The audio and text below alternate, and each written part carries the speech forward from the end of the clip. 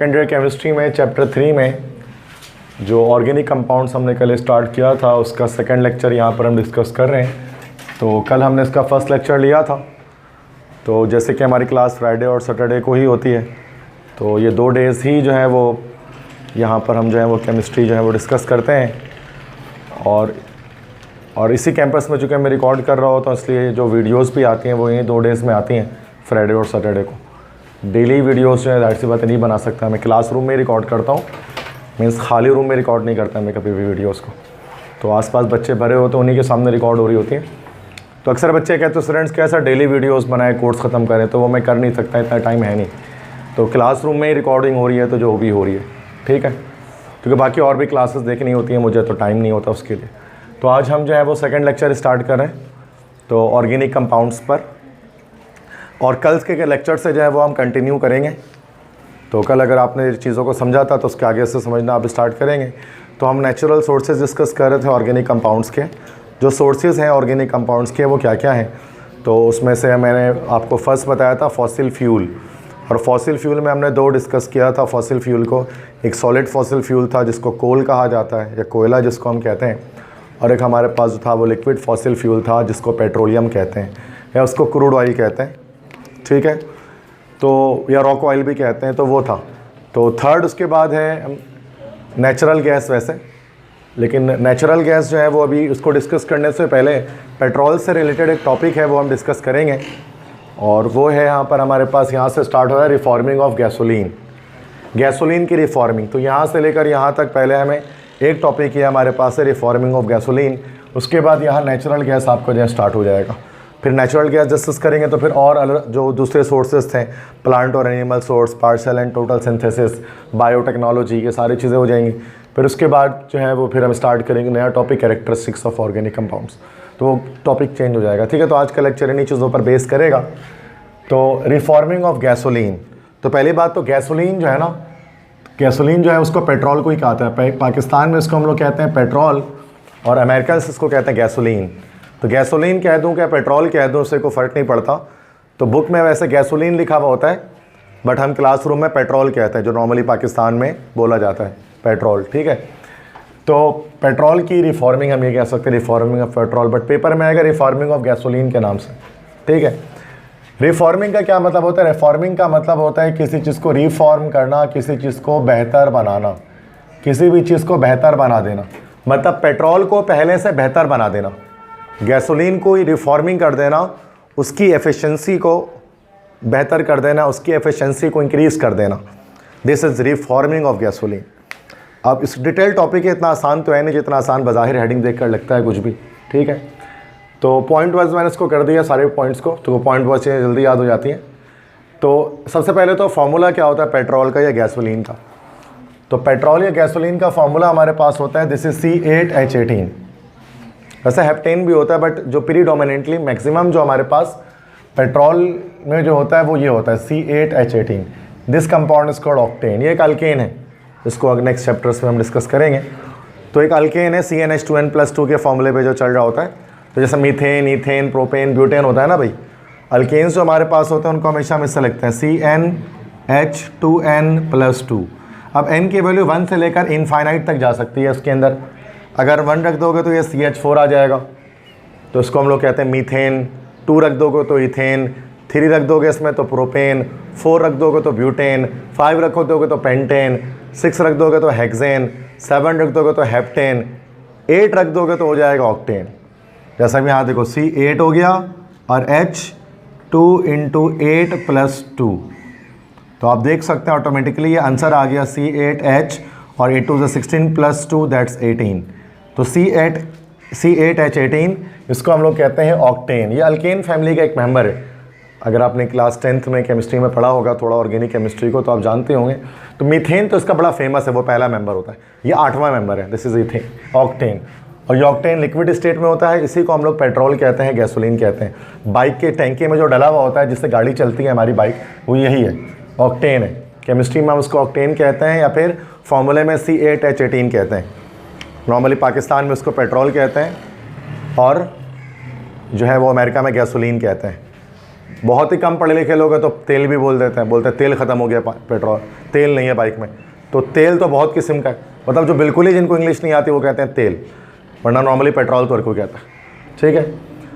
तो ये कुछ भी कह दो आप उसको, वॉट एवर, मतलब कहने का मकसद जो आप नहीं जानते वो ये कि ऑक्टेन जो है ना वो पेट्रोल होता है, C8H18, ठीक है ना।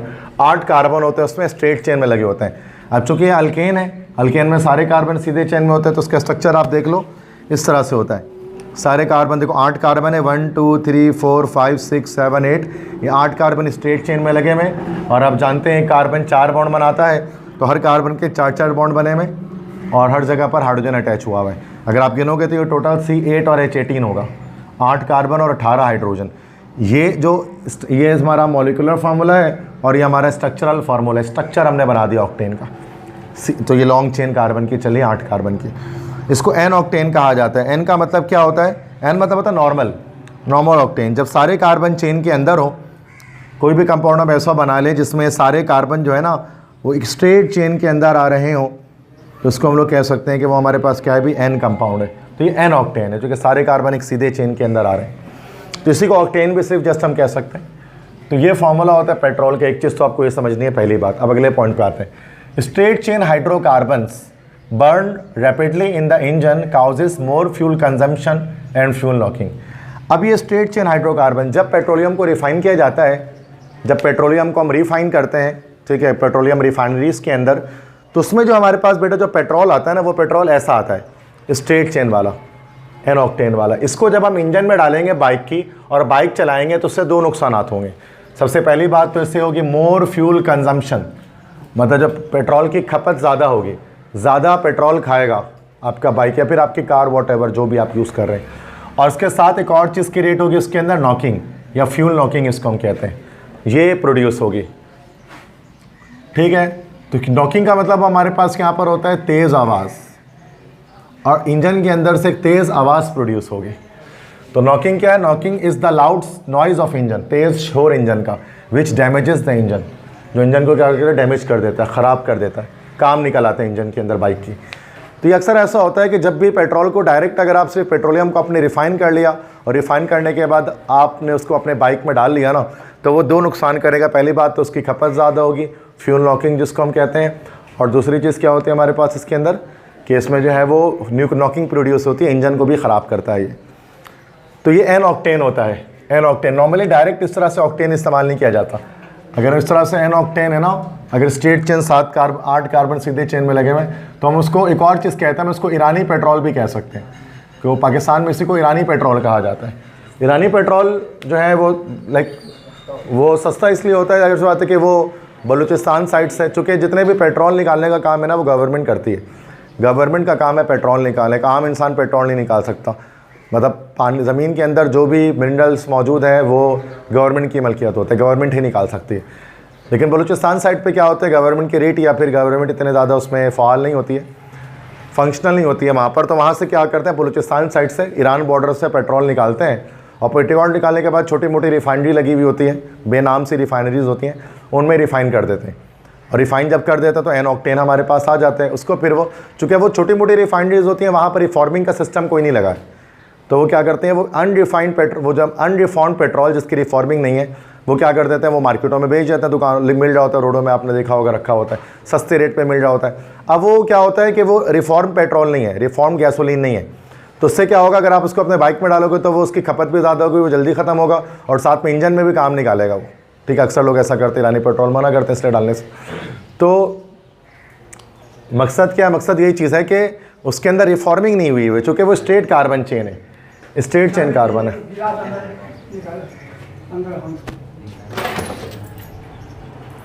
चूँकि वो स्ट्रेट चेन कार्बन है, और स्ट्रेट चेन कार्बन जो है वो जल्दी नहीं, मतलब कि बर्न, मतलब जल्दी बर्न होता है, रैपिडली बर्न होता है, और रैपिडली बर्न होने की वजह से क्या होता है कि उसमें फ्यूल कंजम्पशन भी ज़्यादा होती है और इंजन में ख़राबी भी निकल आती है, इंजन में काम भी निकल आता है, ठीक है। तो इसको नॉकिंग कहते हैं इस प्रोसेस को। अब इससे बचें किस तरह से, तो branch chain hydrocarbons produce less fuel knocking and less fuel consumption. इसी के बरक्स जो ब्रांच चेन हाइड्रोकार्बन होती है, तो स्ट्रेट चेन आ गई ना सीधी चेन में, अगर हम इसकी ब्रांचिंग कर लें, कार्बन को ब्रांच से शाख की सूरत में बाहर निकाल दें, जैसे यहाँ पर आप देख सकते हैं ये 8 कार्बन ही है, लेकिन 5 कार्बन सीधे लगे में और आप यहाँ देख सकते हैं कि 3 कार्बन एटम हमने जो है ना वो ब्रांच की सूरत में यहाँ पर हमने बाहर निकाल दिए। तो इनको हम कह सकते हैं they are branch chain hydrocarbon. इसमें ब्रांचिंग हो गई है, शाखें निकल आई हैं कार्बन चेन से। तो ब्रांच चेन हाइड्रोकार्बन जो होता है वो लेस फ्यूल लॉकिंग क्रिएट करता है और लेस फ्यूल कंजम्पशन भी करता है, मतलब ज़्यादा देर भी चलेगा। और उसके अलावा ये भी कह सकते हैं कि उसमें फ्यूल कंजम्पशन भी जो है वो कम से कम होगी। तो the process in which straight chain hydrocarbon are converted into branch chain hydrocarbon is called reforming. वो प्रोसेस जिसमें स्ट्रेट चेन हाइड्रोकार्बन को ब्रांच चेन हाइड्रोकार्बन में कन्वर्ट कर दिया जाता है, इसी प्रोसेस को कहा जाता है केमिस्ट्री में रिफॉर्मिंग। ठीक है, मतलब बेहतर बना देना पेट्रोल को उसकी ब्रांचिंग करके, स्ट्रेट चेन को ब्रांच में कन्वर्ट करके, ये रिफॉर्मिंग है। ये डेफिनेशन हो गई, जो ऊपर हेडिंग थी उसकी डेफिनेशन ये रिफॉर्मिंग। तो रिफॉर्मिंग से होता है क्या, reforming increases the octane number of petrol. ये ऑक्टेन नंबर जो है ना बेटा पेट्रोल का वो बढ़ाता है, इसको ऑक्टेन नंबर भी कहते हैं और कभी कभार किताबों में इसको लिखा होता है ऑक्टेन रेटिंग। तो ऑक्टेन रेटिंग को बढ़ा रहा होता है। जैसे कि आपने अक्सर देखा होगा कि पेट्रोल, अच्छा नॉर्मली जो है ना मतलब दो पेट्रोल जो होता है ना वो दोनों का मिक्सचर होता है देखा जाए तो। मतलब ईरानी पेट्रोल जो आप लेते हैं उसमें तो सारा स्ट्रेट चेन वाला होता है, ये पूरा एन ऑक्टेन होता है 100%। और नॉर्मली जो पेट्रोल पंप से आप लोग पेट्रोल डलवाते हैं किसी भी पंप से, तो वो हमारे पास उसमें मिक्सचर होता है, वो ये वाला भी होता है और ये वाला भी होता है, एन ऑक्टेन भी होता है और ब्रांच वाला भी होता है, स्ट्रेट वाला भी होता है, मिक्स होता है।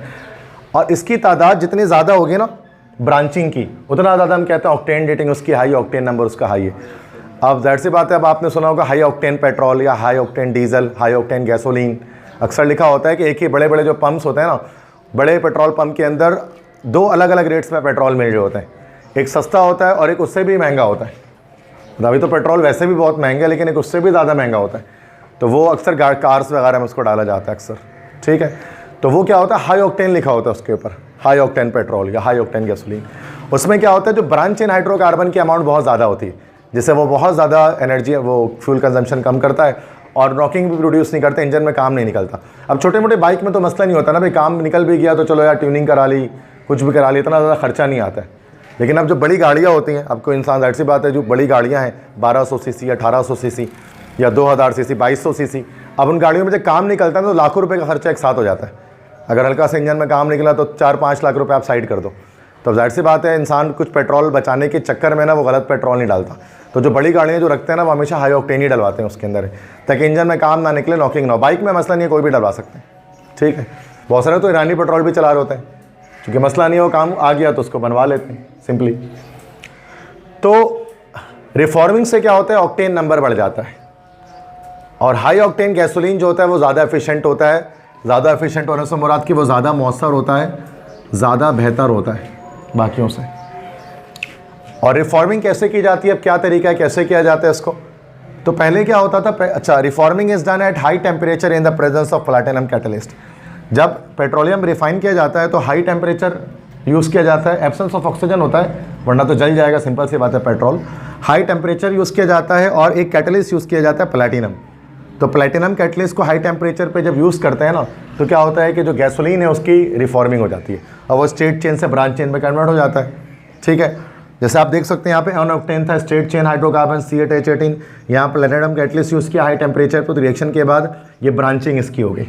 ब्रांचिंग से मुराद की 3 ब्रांच है, 1 2 3 4 5 कार्बन तो यही है, बाकी 3 कार्बन ना ब्रांच की सूरत में बाहर निकल आए, ये ब्रांच चेन हाइड्रोकार्बन है। और जब ब्रांचिंग हो जाती है तो उसको हम लोग कहते हैं this is called iso octane.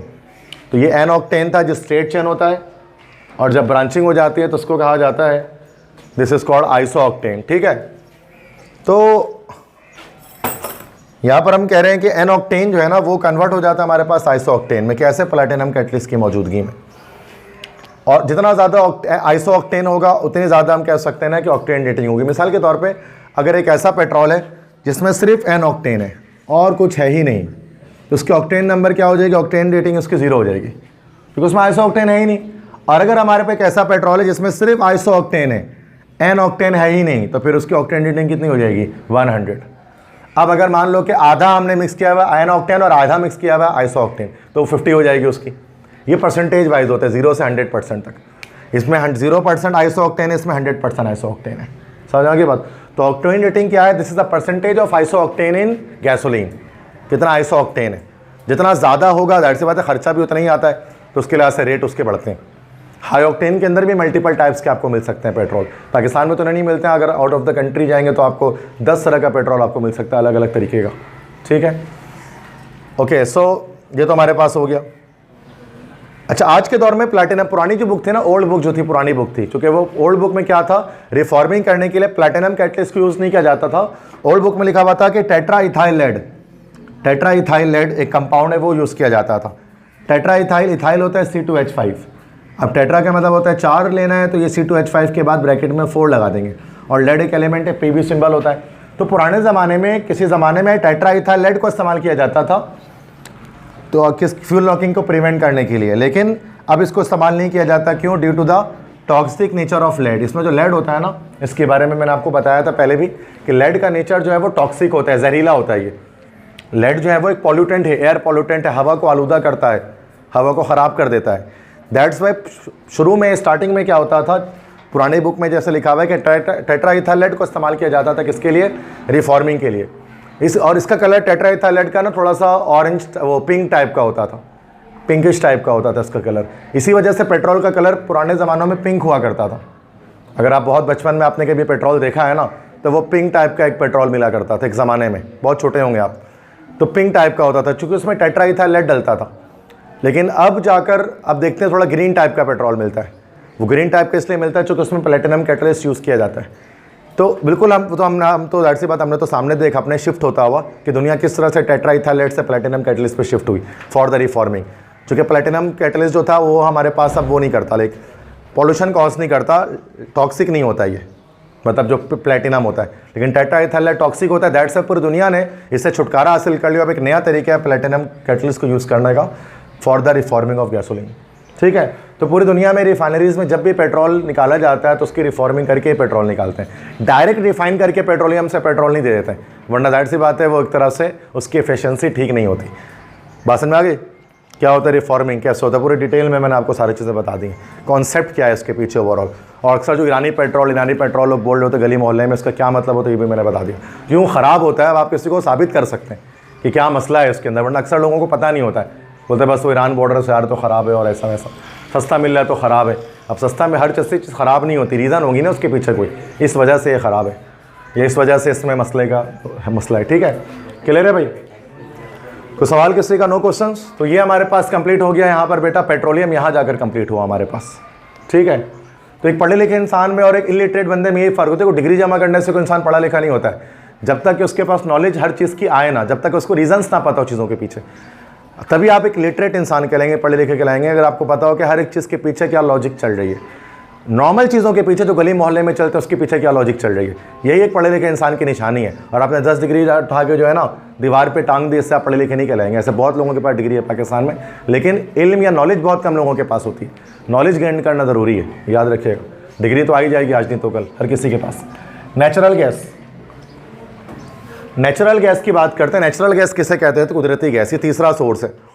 ठीक है, इसके बारे में ज़्यादा नहीं, थोड़ा सा बेसिक है, हल्का सा ये। तो नेचुरल गैस एक गैशियस फॉसिल फ्यूल है। सॉलिड लिक्विड में पढ़ लिया, अब गैशियस फॉसिल फ्यूल है। ये गैस के फॉर्म में होता है, गैस की सूरत में होता है। ठीक है, नेचुरल गैस है जिसको हम उर्दू में कहते हैं कुदरती gas. It is formed underground by decomposition of animals for millions of years. Petroleum की तरह, पेट्रोलियम भी क्या होता है, ज़मीन के अंदर पैदा होता है, फॉसिल फ्यूल है, तो जानवरों के मर जाने से। तो ये भी यही होता है, जो मरीन एनिमल्स होते हैं एंशिएंट, जो कल मैंने डिटेल में बताया था, उनके ज़मीन में दबने से या तो वो पेट्रोलियम बन जाते हैं, कुछ उसमें से नेचुरल गैस में भी कन्वर्ट हो जाते हैं। तो जो नेचुरल गैस है वो भी फॉसिल फ्यूल है, वो एंशिएंट मरीन एनिमल्स की डिकम्पोजिशन से क्या हुआ है बेटा, वजूद में आया है। जो गैस हमारे घरों में आ रही है उसी गैस की बात कर रहे हैं। इट इज़ कॉल्ड सुई गैस इन पाकिस्तान। अगला पॉइंट क्या बेटा कि इसको पाकिस्तान में हम लोग कहते हैं सुई गैस। पूरी दुनिया में इसको नेचुरल गैस कहा जाता है, सिर्फ पाकिस्तान वाहिद मुल्क है दुनिया का जहाँ पर इसको सुई गैस कहते हैं। क्यों? Because it was discovered in सुई बलूचिस्तान। समझ गया ना, पढ़ा होगा आपने कभी इसको, कि बलूचिस्तान में सुई के मकाम से पहली बार इसको दरियाफ्त किया गया था। तो सुई एक जगह है, सुई एक इलाका है, कह लो एक रीजन है बलूचिस्तान में, वहाँ पहली बार जो है वो गैस, नेचुरल गैस के रिजर्वायर्स मिले थे। दैट्स वाई वहाँ के नाम से इसका नाम हो गया सुई गैस। दैट्स वाई हमारी जो कंपनी है गैस की उसका भी नाम है SSGC, सुई साउदर्न गैस कंपनी। ठीक है, और अगर आप उसमें जाएंगे ना, पंजाब साइड पे जाएंगे तो वहाँ होता है SNGC, सुई नॉर्दर्न गैस कंपनी। नॉर्थ आता है ना वो पाकिस्तान का, और ये साउथ है। तो SNGC और SSGC 2 कंपनीज गैस की चलती हैं।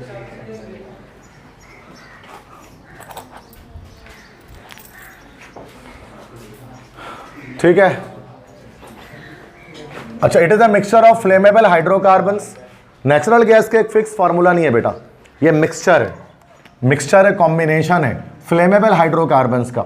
ऐसे हाइड्रोकार्बन से मिक्स होकर बना है जो कि जल सकते हैं, जलने वाले, जिनमें आग लग जाते तभी उसको एज अ फ्यूल इस्तेमाल करते हैं। तो फ्लेमेबल हाइड्रोकार्बन्स का मिक्सचर है ये। It is commonly used as domestic fuel, घरेलू ईंधन के तौर पे इसको इस्तेमाल करते हैं। डोमेस्टिक फ्यूल के तौर पे घर पे खाना वगैरह पकाने के लिए सुई गैस का इस्तेमाल किया जाता है। बेसिक बातें सब जानते हैं, कोई लिखने वाली चीज़ नहीं थी बोर्ड पे, already no. It produces less pollution than coal and petroleum products. ये एक बेनिफिट हासिल है नेचुरल गैस को। जब आप नेचुरल गैस को जलाते हैं ना, इससे धुआं बनिस्बत कोयले या पेट्रोल के कम निकलता है। आप कोयला जला दें, पेट्रोल जला दें ना, तो इसमें धुआं ज़्यादा निकलेगा। नेचुरल गैस के जलने पे धुआं जो है कम निकलता है। एक तरह से ये लेस पॉल्यूशन कॉज करता है, एक लेस एयर पॉल्यूटेंट है। इस वजह से हम कह सकते हैं नेचुरल गैस एक बेहतर सोर्स ऑफ एनर्जी है बनिस्बत कोल या पेट्रोलियम प्रोडक्ट्स के। और कंपोजिशन क्या होती है बेटा नेचुरल गैस की, कि नेचुरल गैस किन किन चीज़ों से बनी है? चूँकि मिक्सचर ऑफ गैसेज है बेटा, अब मिक्सचर है तो उसकी कंपोजिशन होगी ना भाई, मुख्तलिफ चीज़ों से मिक्स होकर बनी होगी। तो ये हमारे पास इसके अंदर बेटा मीथेन गैस, हमारे पास इथेन गैस, ये सबसे ज़्यादा तो मीथेन गैस होती है। इसलिए अक्सर लोग मीथेन गैस को ही नेचुरल गैस कहते हैं कि भाई CH4 है, लेकिन ऐसा नहीं है। नेचुरल गैस एक मिक्सचर है और मिक्सचर की कंपोजिशन होती है, फॉर्मूला कुछ नहीं होता। मीथेन हाँ कह सकते हैं 95% है इसमें, बहुत बड़ी मिकदार में, लेकिन बाद में इथेन भी तो है उसके अंदर। इथेन होता है C2H6, ये भी गैस होता है, ये 4% है। अच्छा ये देखो दोनों मिलाकर 99% हो गया ये। अच्छा ज़मीन के अंदर से गैस निकलती है ना, वो ये दोनों ही निकलती है। दोनों गैसेस जो है ना वो ऑर्डरलेस है, इनकी स्मेल कोई नहीं है, इनकी खुशबू कोई नहीं है, कोई स्मेल नहीं है। तो हमें इसमें स्मेल ऐड करना होता है। इसमें जब हमारे घर पे जो गैस आती है ना, उसमें एक और कंपाउंड हमारे पास होता है, इसका फॉर्मूला होता है C2H5SH। इसको हम लोग कहते हैं, इस कंपाउंड का नाम है इथाइल मरकैप्टेन। तो इथाइल मरकैप्टेन जो है इसमें 1% ऐड होता है। इसका काम क्या है इथाइल मरकैप्टेन का? नीचे मैंने लिखा है ethyl mercaptan gives smell to natural gas for safety purpose. ये नेचुरल गैस को एक स्मेल देती है। देखो जब ज़मीन से गैस निकलती है ना, अगर आप उसको वैसे ही ज़मीन से निकाल कर अगर घरों में भेज दिया जाए ना, तो ये थोड़ा डेंजरस हो जाएगा। चूँकि अगर कहीं पर ऐसा हुआ कि गैस लीकेज हो रही है ना, गैस लीक हो रही है, तो आपको उसकी स्मेल ही नहीं आएगी और आपको पता नहीं लगेगा, फिर इससे बहुत बड़ा हादसा हो सकता है। तो इसके लिए क्या किया जाता है बेटा कि लाइक इस गैस को ऐड किया जाता है। इथाइल मरकैप्टेन एक गैस है, इसको ऐड करते हैं नेचुरल गैस में पंपिंग स्टेशन से, ताकि जब गैस लीकेज अगर कभी हो जाए ना, तो फिर आपको अंदाज़ा हो जाए कि यहाँ पे गैस लीक हुई है, कि इसकी स्मेल जो है ना सुई गैस की, वो आपने देखा कमरे में या किचन में या घर में फैल जाती है, जिससे पता लग जाता है और आप किसी बड़े हादसे से बच जाते हैं। तो ये जानबूझकर ऐड किया जाता है इसके अंदर सेफ्टी पर्पज़ के लिए, ताकि इंसान की हिफाजत हो सके, है ना भाई। तो ये चीज़ है। और आपने देखा कराची में मतलब जो पंपिंग स्टेशन है यहाँ पर है, जो गुलशन इकबाल में है, इधर NED यूनिवर्सिटी जो है, NED यूनिवर्सिटी के बैक के साथ ही जो एक रोड है ना, वहाँ पर सुई गैस का पंपिंग स्टेशन है। उस रोड पे कभी आप जाओगे तो गैस की स्मेल ही आती रहती है सिर्फ। NED के साथ वाला रोड अगर कभी आप गए हो वहाँ पे, तो हर वक्त लगेगा जैसे गैस लीकेज चल रही है वहाँ पे। जब जाओगे गैस लीकेज का ही लगेगा, लग रहा है पूरे रोड में गैस फैलाई हुई है, तो वो गैस नहीं फैली हुई है, वहाँ असल में ये ऐड कर रहे होते हैं ना। तो जब वो इतनी स्ट्रॉन्ग स्मेलिंग गैस है कि पूरे रोड को पूरे महका देती है। अगर कभी गाड़ी से या कभी बाइक से वहाँ से जाओगे तो आपको अंदाज़ा होगा, बहुत मेन रोड है जो गुलशन इकबाल का, ठीक है। तो कहने का मकसद है कि लाइक इसको ऐड किया जाता है कराची में, इसको गुलशन इकबाल के इलाके में ऐड करके पूरे कराची में सप्लाई करते हैं। बाकी हर शहर में अलग अलग जगहों पर पंपिंग स्टेशन में ऐड किया जाता है। बस समझ में आ गई। तो ये नेचुरल गैस के बारे में कुछ बातें याद रखनी है। तीसरा फॉसिल फ्यूल था। क्लियर है ना भाई, बहुत बेसिक टॉपिक है, बस पढ़ लो, याद हो गया, ये वाला सीन है। रट्टा मारने की जरूरत नहीं इन चीज़ों को, इसको याद करोगे। डोमेस्टिक फ्यूल है, कम्बिनेशन ऑफ हाइड्रोकार्बन है, सुई गैस कहते हैं, मीथेन गैस होती है, जल जाती है गैस। ये इसमें याद करने का कुछ भी नहीं है, ये आपको पहले से पता थी ये बातें। एक आध बात, कोई एक पॉइंट अगर आप याद करना चाहो तो कर सकते हो, वरना तो आई थिंक ऑलरेडी याद है। कॉन्फिडेंस होना चाहिए कि अक्सर चीज़ आपको पता होती हैं ऑलरेडी, लेकिन वो है ना, हमें लगता है कि यार केमिस्ट्री में लिखा हुआ है तो हमें कैसे पता हो, केमिस्ट्री तो मुश्किल सब्जेक्ट है। ऐसा नहीं, हर चीज़ आपके आसपास ही है, बस उसको देखना और ऑब्जर्व करना है वो क्या चीज़ है, ठीक है। सेकंड, तो फर्स्ट सोर्स हमारा ख़त्म हो गया फॉसिल फ्यूल, ये पहला सोर्स था जो कंप्लीट हुआ ना। सेकंड सोर्स हमारे पास है, वो क्या है? प्लांट्स और एनिमल्स, ठीक है। प्लांट्स एंड एनिमल्स का मतलब हो सकता है, इसको उर्दू में कहेंगे जानवर और पौधे, ठीक है।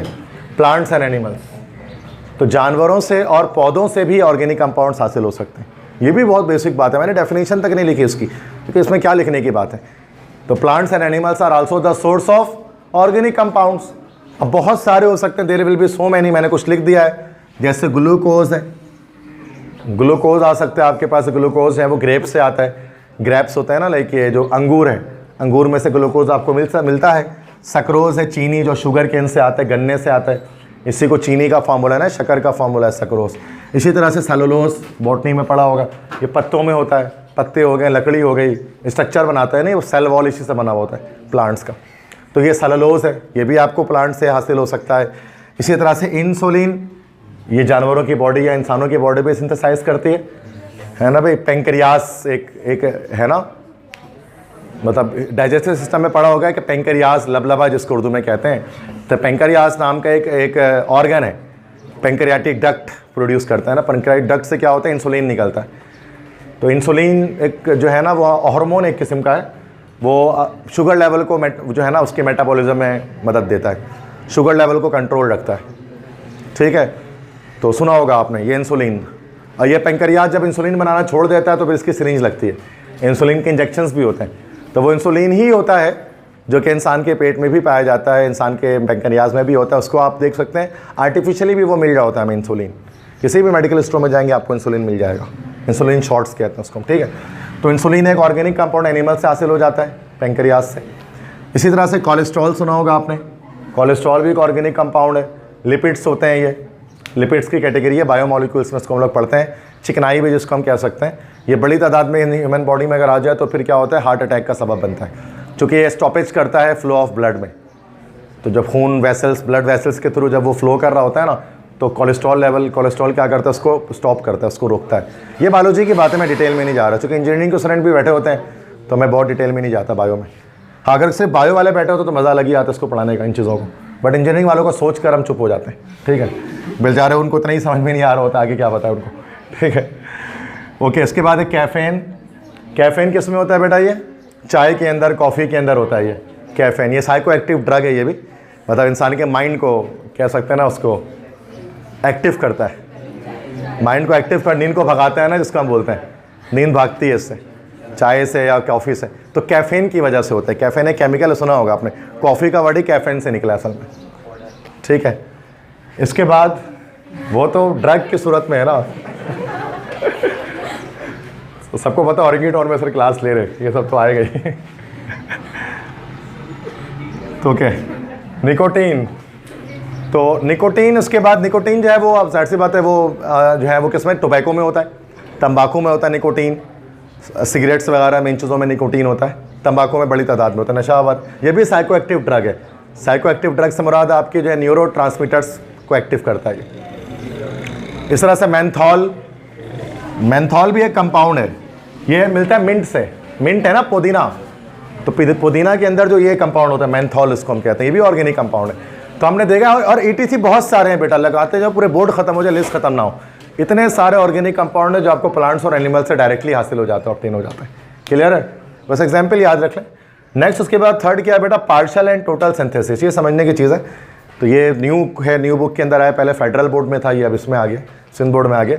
पार्शियल सिंथेसिस और टोटल सिंथेसिस। देखो, सिंथेसिस का मतलब होता है बनाना, प्रोड्यूस करना, सिंथेसाइज करना, किसी चीज़ को मैन्युफैक्चर करना, समझ रहे हो, सिंथेसिस। तो देखो इसमें ये ऑर्गेनिक केमिस्ट्री ना, इसमें कोई न्यूमेरिकल डेरिवेशन नहीं है, ये आपको मैंने बता के कुछ भी नहीं लिखा हुआ है, और आधा चैप्टर खत्म हो जाएगा यहाँ पे। तो कुछ भी नहीं है, सिंपल क्या है बेटा कि लाइक जस्ट कहानियाँ हैं, कल जैसे मैंने बताया था, स्टोरीज है, जस्ट आपको सुननी है। कोई न्यूमेरिकल डेरिवेशन जैसे कोई चीज़ें इसके अंदर नहीं होती हैं, जस्ट चीज़ें इन्फॉर्मेशंस हैं, वो दिमाग में जमा रखना है बस। इतना काम हो गया तो आपका पेपर में नंबर पूरा आएगा, जितना काम करना है। कोई कैलकुलेटर नहीं चलाना, कोई कैलकुलेशन नहीं करनी, कुछ भी नहीं करना, बस इन्फॉर्मेशन को याद कैसे रखेंगे, इंटरेस्टिंग फैक्ट्स के साथ जोड़ जोड़ के, हर एक चीज़ के बारे में कि इंटरेस्टिंग फैक्ट को जोड़ दें, दिलचस्प बात को जोड़ दें, रियल लाइफ इंसिडेंट को जोड़ दें, अपना पर्सनल एक्सपीरियंस जोड़ दें, तो याद हो जाएगा वो, वरना आप जाहिर सी बातें भूल जाओगे। बस ये तरीका है किसी भी रट्टे वाले चीज़ को याद करने का, उसको आप कनेक्ट कर दें इंटरेस्टिंग बातों से, दैट्स इट। तो पार्शियल एंड टोटल सिंथेसिस, तो सिंथेसिस का मतलब होता है बनाना। तो बेटा ऑर्गेनिक कंपाउंड्स को लैब में भी बनाया जा सकता है, जैसे हमने पढ़ा था पिछली क्लास में वोहलर एक्सपेरिमेंट। तो लैब के अंदर भी बना सकते हैं, जरूरी नहीं नेचुरली ऑब्टेन हो, आप आर्टिफिशियली भी बना सकते हैं लैब के अंदर। बहुत सारी चीज़ें दो तरह से बना सकते हैं बेटा, पार्शियल सिंथेसिस और टोटल सिंथेसिस। पार्शियल सिंथेसिस किसे कहते हैं, A simple organic compound is converted into a complex organic compound by doing chemical reactions. ये होता है पार्शियल। पार्शियल मतलब होता है टुकड़ा, थोड़ा सा, आधा सिंथेसिस, हाफ सिंथेसिस। मतलब हमने कोई एक ऑर्गेनिक कंपाउंड लिया सिंपल सा, उसको मुख्तलिफ रिएक्शंस करा के थोड़ा कॉम्प्लेक्स ऑर्गेनिक कंपाउंड में कन्वर्ट कर दिया है। This is called partial synthesis. इसी का उल्टा होता है टोटल सिंथेसिस। उसमें क्या होता है, हम एक सिंपल छोटे एलिमेंट्स लेते हैं, सिंपल मॉलिक्यूल्स लेते हैं, छोटे छोटे मॉलिक्यूल्स लेते हैं या एटम्स ले लेते हैं। उन एटम्स मतलब बिल्कुल स्क्रैच से, बिल्कुल जीरो से हम क्या करते हैं, बनाना शुरू करते हैं और फाइनली हम एक मॉलिक्यूल बना लेते हैं। तो वो टोटल मतलब आपने कंप्लीट सिंथेसिस एक चीज़ की कर ली है। तो दो तरह से सिंथेसिस कर सकते हैं। जैसे कंप्यूटर साइंसेस में होता है ना, जो ग्राफिक डिज़ाइनर होता है, दो तरह के उसमें ना वो हम वो करते हैं, चलाते हैं। एक अडोब फोटोशॉप होता है, एक अडोब इलस्ट्रेटर होता है, अगर आपने नाम सुना है। फोटोशॉप जो होता है ना, उसके अंदर क्या होता है कि एक पिक्चर पहले से बनी हुई होती है, उस पिक्चर को मैनिपुलेट कर रहे होते हैं, उसको चेंज कर रहे होते हैं, बैकग्राउंड थोड़ा सा चेंज कर दिया, लाइटिंग इफेक्ट चेंज कर दिया, शेडोज डाल दिए, इस तरह का इफेक्ट डाल दिया ना, ये होता है फोटोशॉप। मतलब एक चीज़ पहले से बनी हुई उसको थोड़ा इनहेंस कर दिया, फोटोग्राफ को एडिट कर दिया। और एक होता है अडोब इलस्ट्रेटर, अगर आपने कंप्यूटर साइंस में सुना, ग्राफिक्स का तो दुनिया है आजकल। तो इलस्ट्रेटर में क्या होता है, वाइट पेज होता है, वाइट पेज से शुरू कर देते हैं चीज़ों को, फिर पूरा जीरो से स्क्रैच से स्टार्ट करते हैं।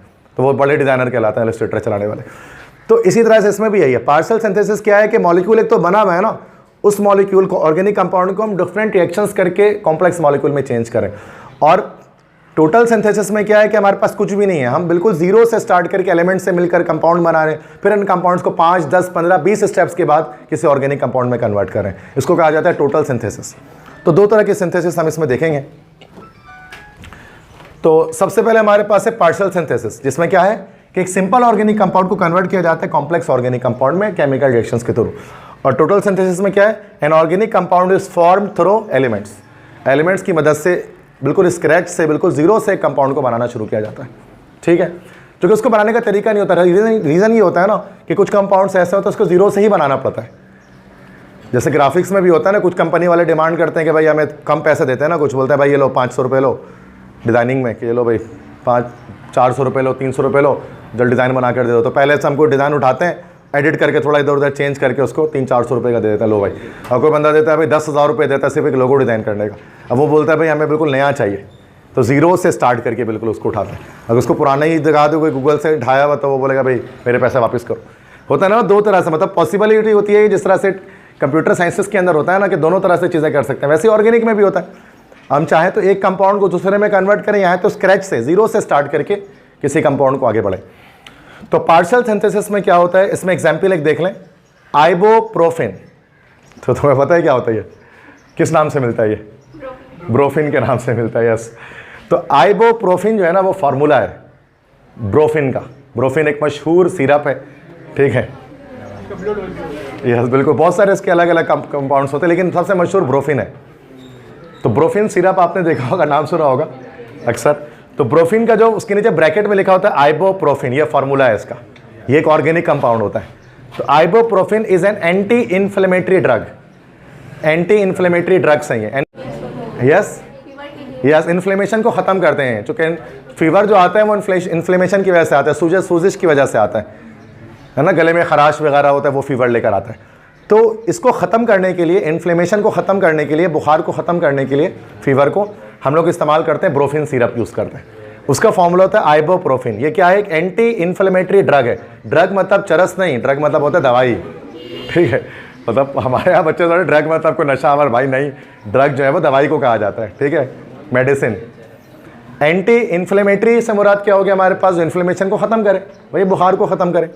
ये ड्रग है which is form through cumene, जिसको बनाया जाता है क्यूमीन के ज़रिए। अब क्यूमीन एक अलग ऑर्गेनिक कंपाउंड है जिसको आगे हम पढ़ेंगे, अभी मैं डिटेल में नहीं जा रहा उसकी। बट क्यूमीन एक बेंजीन बेस्ड कंपाउंड होता है, जिसमें बेंजीन रिंग होती है, उसके बाद कार्बन इस तरह से 3 इस तरह से अटैच होता है। तो लाइक थोड़ा कॉम्प्लेक्स कंपाउंड टाइप का होता है, आइसोप्रोपाइल बेंजीन। आगे क्लासेस में नेक्स्ट चैप्टर जब हम जाएंगे चैप्टर 5 में, तो वहाँ पे पढ़ेंगे। तो क्यूमीन जो होता है ना बेटा, क्यूमीन एक ऑर्गेनिक कंपाउंड है जिसके मुख्तलिफ रिएक्शंस करवाकर 2-3 स्टेप से गुजार के हम उसको आइबोप्रोफिन में चेंज कर देते हैं, जो ब्रोफिन के नाम से मार्केटों में मिल जाता है। ये बहुत सारी कंपनी, GSK है और कितने ही सारे फार्मास्यूटिकल कंपनीज़ हैं जो ये वाला रिएक्शन करा रहे होते हैं, पार्शियल सिंथेसिस। क्यूमीन तो वो फार्मडी वगैरह जो करते हैं वो लोग इसी को पढ़ रहे होते हैं, डॉक्टर ऑफ फार्मेसी जिसको हम कहते हैं, किस तरह मेडिसिन बनाई जाती हैं। ये पूरा तरीका होता है क्यूमीन के थ्रू आइबोप्रोफिन बनाना, सही है। तो पार्शियल सिंथेसिस। और एक होता है टोटल सिंथेसिस, जिसमें स्क्रैच से स्टार्ट करते हैं। इसके एग्जाम्पल में क्या है, एंटी कैंसर ड्रग। कैंसर से लड़ने की एक दवा होती है जिसको हम लोग कहते हैं टैक्सोल। है तो ये क्या दवा ऐसी? टैक्सोल नाम से नहीं पता, शायद मिलती नहीं होगी। हाँ सुना है इस दवाई का नाम कभी? टैक्सोल नहीं सुना? चलो अब सुन लो। तो टैक्सोल के नाम से एक ड्रग है, ये एंटी कैंसर ड्रग है। काफ़ी कॉस्टली आती हैं, ये बहुत महंगी होती है एंटी कैंसर ड्रग्स जो होती हैं ना, इसलिए अक्सर उसको नॉर्मल मेडिकल स्टोर्स में मिलते भी नहीं है। तो एंटी कैंसर ड्रग जो टैक्सोल है ना, इसको फॉर्म किया जाता है टोटल सिंथेसिस से। महंगी इसी वजह से, इसको बनाने का तरीका बड़ा मुश्किल है। जीरो से इसको बनाया जाता है, मुख्तलिफ एलिमेंट्स को मिलाकर हंड्रेड्स ऑफ स्टेप्स से गुजरने के बाद टैक्सोल हमारे पास आता है, जो कैंसर के खिलाफ मुदाफ़ियत पैदा करता है। अगर किसी का कैंसर फर्स्ट स्टेज पर है तो उसको क्या होगा कि इस ड्रग्स के थ्रू या इस मेडिसिन के थ्रू उसका कैंसर ख़त्म हो सकता है, टैक्सोल के थ्रू। वरना सेकंड स्टेज पे आएंगे तो फिर तो कीमोथेरेपी, रेडियोथेरेपी, ये सब चीज़ शुरू हो जाएगी। ठीक है, फर्स्ट स्टेज पे बट इस दवाई से ख़त्म किया जा सकता है टैक्सोल। तो ये टोटल सिंथेसिस से बनता है। तो ये भी ऑर्गेनिक कंपाउंड एक तरह का। सही है, समझ में आ गई बात? तो लैब में भी बनाया जा सकता है ऑर्गेनिक कंपाउंड को bye means of partial synthesis और टोटल सिंथेसिस। तो अपनी वर्डिंग्स में भी लिख सकते हैं, कोई इतनी मुश्किल बात नहीं है, क्लियरली। उसके बाद चौथा और आखिरी हमारे पास जो सोर्स है ना ऑर्गेनिक कंपाउंड्स को हासिल करने का, वो क्या है? बायोटेक्नोलॉजी। अच्छा बेटा, ये पूरी एक फील्ड है बायोटेक्नोलॉजी, अगर आपने कभी सुनी है कराची यूनिवर्सिटी में और उसके अलावा भी मुख्तलिफ यूनिवर्सिटीज़ के अंदर कराची में ये फील्ड होती है BS की। 4 साल इसमें पढ़ा जाता है इसको। बायोटेक्नोलॉजी को 4 ईयर्स तक पढ़ते हैं। BS भी होता है, मास्टर्स भी होता है, MPhil PhD सब होता है इस फील्ड के अंदर। और अक्सर बच्चों को पता नहीं होता कि बायोटेक्नोलॉजी में पढ़ते हैं क्या है, चूँकि बायोटेक्नोलॉजी मेडिकल वालों की फील्ड होती है। वैसे ही प्री मेडिकल वाले स्टूडेंट्स अक्सर इसके अंदर जाते हैं बायोटेक्नोलॉजी में, उनको बायोटेक्नोलॉजिस्ट कहा जाता है। तो क्या होता है बेटा, आप समझते हैं बायोटेक्नोलॉजी क्या है? It deals with the involvement of micro organisms in the formation of organic compound. कभी कभार ऑर्गेनिक कंपाउंड को सिंथेसाइज करने के लिए, उसको बनाने के लिए हम माइक्रो ऑर्गेनिजम्स की मदद लेते हैं, जैसे बैक्टीरिया हैं, डिफरेंट और यूनिसेलुलर ऑर्गेनिज्म है, माइक्रो ऑर्गेनिजम्स, इनकी मदद ली जाती है। तो जब भी हम माइक्रो ऑर्गेनिजम्स की मदद से या लिविंग ऑर्गेनिजम्स की मदद से किसी केमिकल रिएक्शन को प्रोसीड करवा रहे होते हैं ना, तो ये हमारे पास कहलाता है बायोटेक्नोलॉजी। मतलब बायोलॉजी को हमारे टेक्नोलॉजी के अंदर यूज़ कर ले रहे हैं। माइक्रो ऑर्गेनिजम्स को हमने इस्तेमाल कर लिया किसके लिए? केमिकल रिएक्शंस को करवाने के लिए। ये बड़ा मशहूर है, इसको बायोटेक्नोलॉजी कहा जाता है। और उसमें सबसे फेमस एग्जाम्पल क्या है इसकी? Ethyl alcohol. इथाइल अल्कोहल आप लोगों ने पढ़ा होगा, फर्मेंटेशन का प्रोसेस। तो ethyl alcohol is formed by fermentation of starch with the help of micro organism such as yeast. Ethyl alcohol जिसको नॉर्मली हम लोग कहते हैं शराब कहा जाता है, जिसको शराब, इथाइल अल्कोहल। ठीक है, तो शराब या हम कह सकते हैं इथाइल अल्कोहल भी कह सकते हैं। ठीक है, जो शराब होता है ना, इथाइल अल्कोहल होता है, ऑर्गेनिक कंपाउंड होता है। जो अल्कोहल होता है वो ऑर्गेनिक है। तो जो इथाइल अल्कोहल है उसको बनाया जाता है फर्मेंटेशन से। फर्मेंटेशन एक प्रोसेस है। इसमें हम क्या करते हैं, जो अनाज है उसको सड़ाते हैं। आपने सुना होगा कि अनाज वगैरह को सड़ा कर जो है वो शराब जो है वो भी है, जो भी अल्कोहल टाइप की चीज़ें वो बनती है ना। सब सुना होगा ना, अंगूर है तो उसको सड़ा दिया जाता है, या फिर सेब है उसको सड़ा दिया जाता है। मतलब हफ्तों, महीनों तक, सालों तक उसको जो है वो एयर्स तक उसको मतलब उसको डैमेज करते रहते हैं, यहाँ तक कि वो इथाइल अल्कोहल में कन्वर्ट होता है। तो फर्मेंटेशन एक पूरा डिटेल प्रोसेस आगे जाकर आएगा चैप्टर्स के अंदर। ठीक है, तो इथाइल अल्कोहल बनता है फर्मेंटेशन प्रोसेस से। और किसकी फर्मेंटेशन से बनता है? अक्सर स्टार्च की। स्टार्च एक कार्बोहाइड्रेट है, पॉलीसेकेराइड चावल में होता है, आलू में होता है, ये स्टार्च आपका पोटैटो वगैरह में।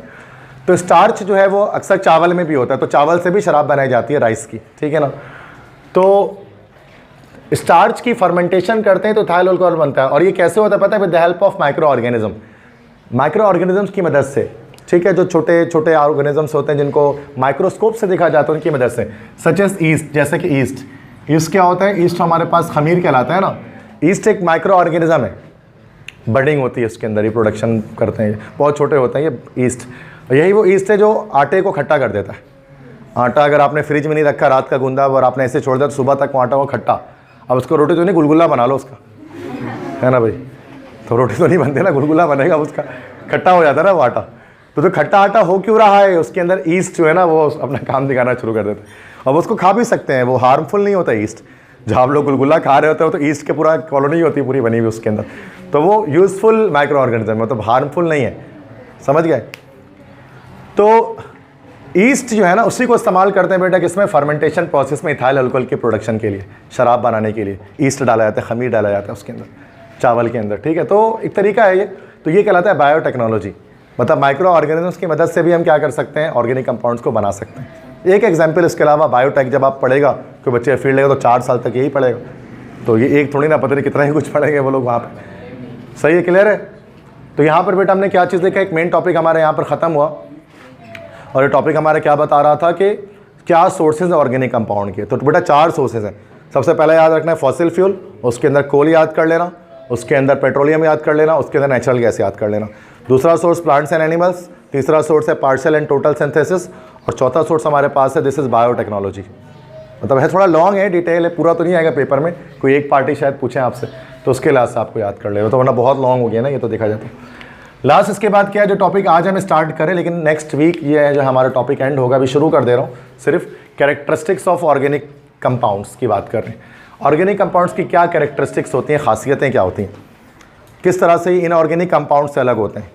तो 6-7 प्रॉपर्टीज़ हैं, तो ना टाइम वगैरह नहीं है तो सिर्फ अभी मैं 3 प्रॉपर्टीज़ आपको जो है वो डिस्कस करूँगा यहाँ पर, कैटेनेशन, नॉन आयनिक नेचर और सॉल्युबिलिटी।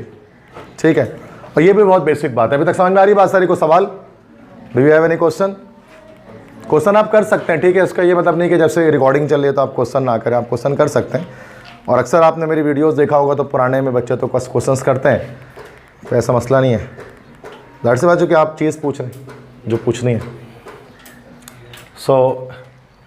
और इसको फेस करने से ना डरो एक चीज़ को, मतलब जाहिर सी बात है कि आप सिंपल है ना पढ़ रहे हैं तो उसमें कोई ऐसा फ़र्क नहीं पड़ता कि आप उसमें अफ्रेड फील कर रहे हैं कि नहीं सर क्या होगा ये होगा, तो ऐसा कुछ भी नहीं है। आपको क्वेश्चन है, आप question in between the lecture भी आप आस्क कर सकते हैं जो पूछना चाहें। अक्सर टीचर जो रिकॉर्ड करते हैं ना तो वो खाली रूम में रिकॉर्ड करते हैं, कोई नहीं होता, क्योंकि वो डरते हैं बच्चों के सामने रिकॉर्ड करने में, गलत बोल दिया तो क्या होगा, या बच्चे ने शोर मचाया क्लास में तो क्या होगा, हंस नहीं दें, कोई पीछे हूटिंग ना कर दें। अल्हम्दुलिल्लाह मेरी क्लास में ऐसा कभी नहीं होता। ऐसा फील आएगा आपको लेक्चर देखते हुए जैसे बिल्कुल खाली क्लास पड़ेगी, शोर नहीं आ रहा, बाहर से कुछ आ रहा होगा तो आ रहा होगा खिड़की से, लेकिन क्लासरूम से नहीं आ रहा होगा। अच्छी बात है ना, ये बच्चों का सपोर्ट भी रहता है माशाल्लाह। मेरी क्लास में बिल्कुल अटेंटिव बैठते हैं ताकि रिकॉर्डिंग भी ऐसी हो कि बाकी बच्चे भी सुन सकें, है ना, तो अच्छी बात है। तो चलो भाई, characteristics of organic compounds. Organic compounds की कैरेक्टरिस्टिक्स क्या होती हैं, कि ऑर्गेनिक कंपाउंड्स कैसे, उसकी क्या खसूसियात होती हैं, क्या प्रॉपर्टीज़ होती हैं इनकी। तो 3 मेजर प्रॉपर्टीज़ देखेंगे। पहली कैटेनेशन। कैटेनेशन ये आपने 9-10 मैट्रिक में पढ़ी होगी शायद। कैटेनेशन क्या है? The ability of carbon atom to form long chain and rings is called catenation. अच्छा, आपको पता है ऑर्गेनिक कंपाउंड्स की बात करें ना, दुनिया में अगर मान लेते हैं कि 118 एलिमेंट है, 118 एलिमेंट्स है दुनिया में, 118 एलिमेंट्स हैं, तो कार्बन जो है ना वो दुनिया के 99% कंपाउंड्स की फॉर्मेशन करता है।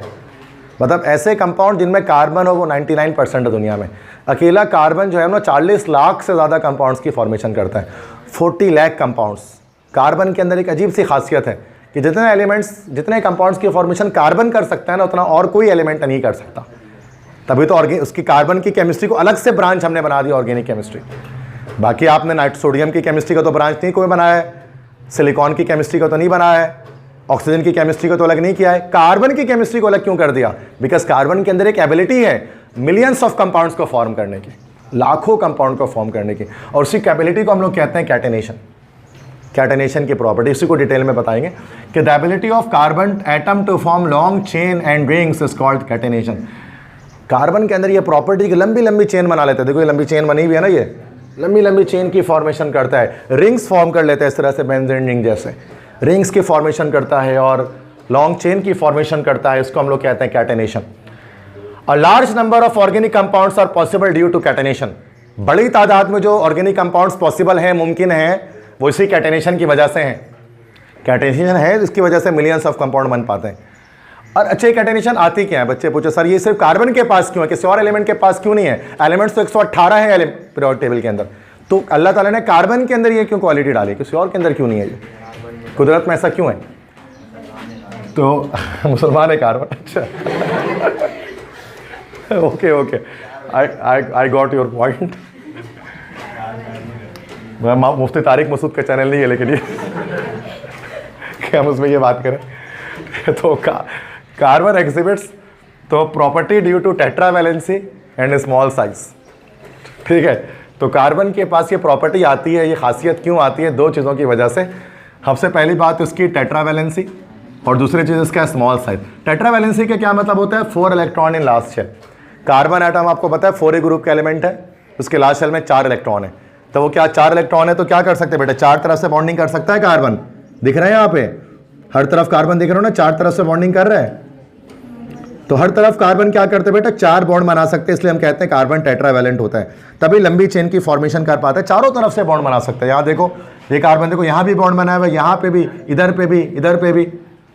तो इससे क्या हो सकता है, बहुत लंबी लंबी चेन्स बन सकती है, रिंग्स बन सकती हैं, जो कार्बन के टेट्रावैलेंसी की वजह से कि 4 बॉन्ड्स ये बनाता है। अच्छा बच्चे कहते हैं सर लास्ट सेल में 4 इलेक्ट्रॉन तो कार्बन फैमिली के दूसरे एलिमेंट के पास भी है, 4a ग्रुप के और भी तो एलिमेंट्स हैं सर, कार्बन के अलावा सिलिकॉन है, जर्मेनियम है, टिन है, लेड है ना, ये सारे एलिमेंट्स 4a ग्रुप के, carbon, silicon, germanium, tin, lead. तो सर इनके पास भी कैटेनेशन होनी चाहिए थी, 4 इलेक्ट्रॉन तो इनके पास भी है, लेकिन सिर्फ 4 इलेक्ट्रॉन नहीं, स्मॉल साइज ये भी होना चाहिए। जितने छोटे एटम्स होते हैं ना उतनी एफिशिएंटली वो कोवेलेंट बॉन्डिंग कर सकते हैं। छोटे एटम्स जो है ना वो कोवेलेंट बॉन्डिंग ज़्यादा अच्छी तरह कर पाते हैं, बड़े एटम आयनिक बॉन्ड बनाने पे फोकस करते हैं, ठीक है। इसलिए कार्बन चूंकि अपनी फैमिली में सबसे टॉप पर होता है ना, कार्बन की बात करें अपनी फैमिली में सबसे टॉप पर है, सबसे ऊपर है, सिर्फ 2 ही शेल होते हैं कार्बन के पास, सबसे छोटा होता है, दैट्स वाई वो ज़्यादातर कंपाउंड्स की फॉर्मेशन हमारे पास करता है, जो कि कौन नहीं करता बेटा, बाकी एलिमेंट्स नहीं करते हैं इस ग्रुप के। सही है, सनमागी कैटेनेशन फर्स्ट बिहेवियर। सेकंड है नॉन आयोनिक नेचर, ये भी इसके साथ ही जुड़ा हुआ है कि ऑर्गेनिक कंपाउंड्स कभी भी आयोनिक नहीं होता बल्कि कोवेलेंट होते हैं, जो कार्बन हमेशा कोवेलेंट बॉन्डिंग करता है। या देख रहा हो ना बेटा, कोवेलेंट बॉन्ड ही तो बना हुआ है इसमें, दिख रहा है कोवेलेंट बॉन्ड, सिंगल बॉन्ड बहुत सारे। तो कोवेलेंट नेचर रखते हैं कौन बेटा, organic compounds. Carbon can not lose और gain electron due to small size, ये भी बता दिया मैंने आपको, छोटे साइज की वजह से इलेक्ट्रॉन लॉस गेन नहीं करेगा। तो so organic compounds contain covalent bonds which are formed by sharing of electron. Simple, जितने भी ऑर्गेनिक कंपाउंड दुनिया में तुम उठाओगे पढ़ोगे, लगातार 4 महीने तक हम ऑर्गेनिक केमिस्ट्री पढ़ते ही जाएंगे, 4 से 5 महीने तक।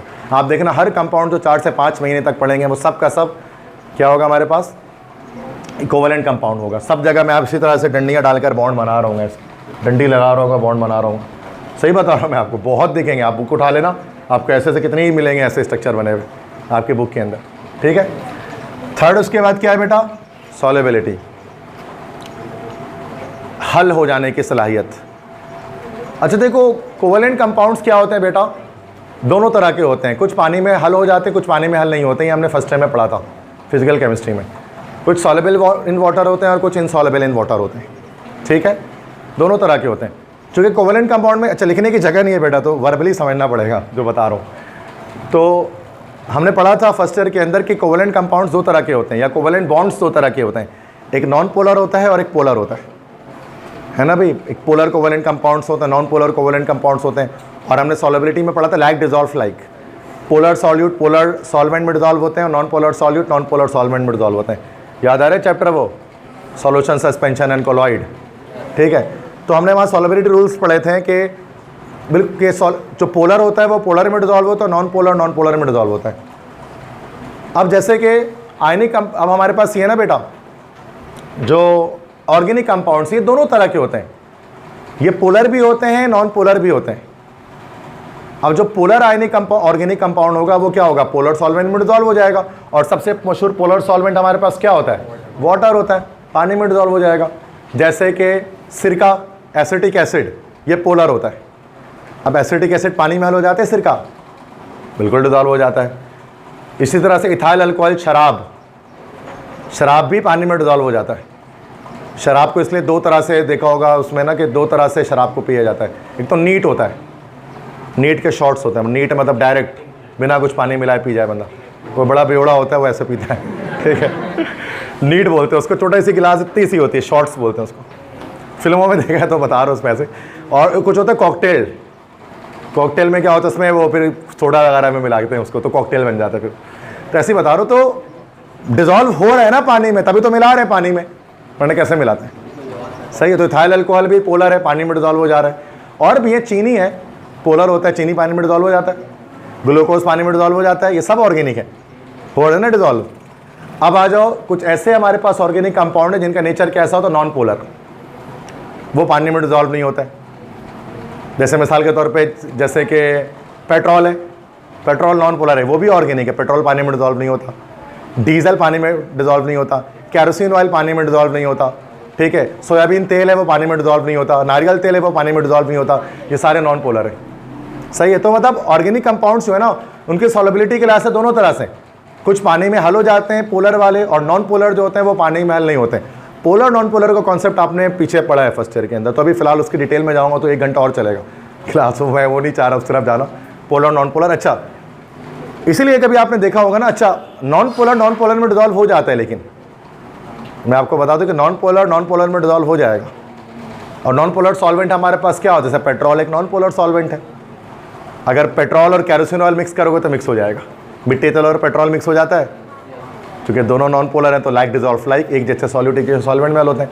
इस तरह से आपने थर्मोकोल देखा होगा, जिसको थर्मोकोल कहते हैं, बताया था ना इसका भी, तो थर्मोकोल होता है जिसकी ग्लास वगैरह प्लेट्स बनते हैं, वो नॉन पोलर नेचर का होता है ना, होता है वो भी ऑर्गेनिक कंपाउंड, इसके प्लेट्स वगैरह डिस्पोजेबल बनते हैं ना, ग्लासेस बनती हैं वो, तो उसको आप उसमें पानी डालोगे, पानी डिजॉल्व नहीं होगा। एक बाल्टी पानी लो या एक प्याला पानी लो, पानी के अंदर उसको डाल दो, कुछ भी नहीं होगा। लेकिन यही एक प्याली अगर आप पेट्रोल ले लो ना, उसके अंदर आप डाल दो थर्मोकोल का बना हुआ कुछ भी ना, तो वो क्या होगा, उसको फ़ौरन से डिजॉल्व कर देगा। इसलिए कभी आप पेट्रोल वगैरह को ना थर्मोकोल के कप वगैरह में नहीं डालते हैं, ठीक है, वहाँ जैसे डालोगे उसके अंदर वो 10 सेकंड में सुराख कर देगा उसके अंदर। कभी आपको अगर ऐसा एक्सपीरियंस हुआ हो तो, जो डिस्पोजेबल प्लेट्स होती हैं, जो कप्स होते हैं ना, उनमें पेट्रोल को डिजॉल्व कर लेते हैं फ़ौरन से, क्योंकि वो नॉन पोलर है। बात समझ में आ गई? कोई मसला? That's it for today's class.